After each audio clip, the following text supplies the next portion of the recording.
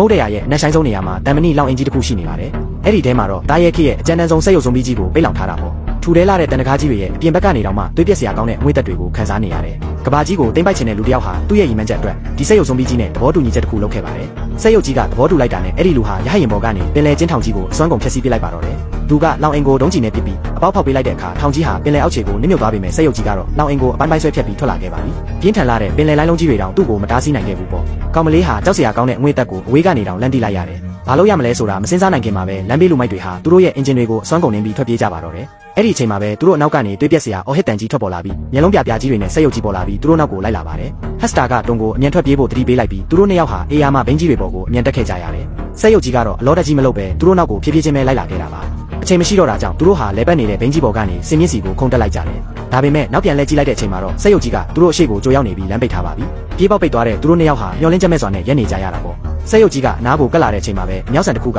သူ့ကိုထိမှန်သွားပြီးအနောက်ကိုလွင့်ထွက်သွားစေခဲ့ပါတယ်။အမျိုးသမီးတစ်ယောက်ရဲ့အချက်ပြမှုနဲ့အတူသူတို့ဟာလေတင်မောပေါ်ကိုပြေးလွှားတက်ခဲ့ကြတယ်။ဒါပေမဲ့ဟက်စတာတင်မောပေါ်ရောက်တာနဲ့အဲ့ဒီအမျိုးသမီးကတုံကိုထားပစ်ခဲ့ပြီးလမ်းကြောင်းပြောင်းဖို့ချက်ချင်းစူးစမ်းပါတော့တယ်။အရေးကြီးတဲ့အချိန်မှာပဲဟက်စတာကကျိုးတစ်ချောင်းပစ်ချပေးလိုက်လို့တုံကအဲ့ဒီကျိုးကိုအသေးအတန်လမ်းဆွဲနိုင်ခဲ့ပါတယ်။ဒါပေမဲ့သူတို့တပြင်းမချနိုင်ခင်မှာပဲစက်ရုပ်ကြီးကအဲ့ဒီကျိုးပေါ်ကိုတနင်းလိုက်ပြီးလေတင်မောကြီးကိုအောက်ကိုပြန်ဆွဲချဖို့လုပ်ပါတော့တယ်။အမျိုးသမီးကဟက်စတာကိုဓားမြောင်တစ်လက်ပေးပြီးတုံကိုကျိုးကိုဖျက်ပစ်ဖို့ခိုင်းလိုက်ပါတယ်။ဟက်စတာကခဏလေးတွန့်ဆုတ်သွားပြီးမှအဲ့ဒီဓားမြောင်ကိုတွန်းစီကိုပဲပစ်ချပေးလိုက်တာပေါ့။တုံကဓားကိုဖမ်းမိပြီးနောက်ဆုံးမိနစ်မှာကျိုးကိုဖျက်ပစ်လိုက်နိုင်တာကြောင့်သူတို့အားလုံးဘေးကင်းကင်းနဲ့လွတ်မြောက်သွားနိုင်ခဲ့ပါတယ်။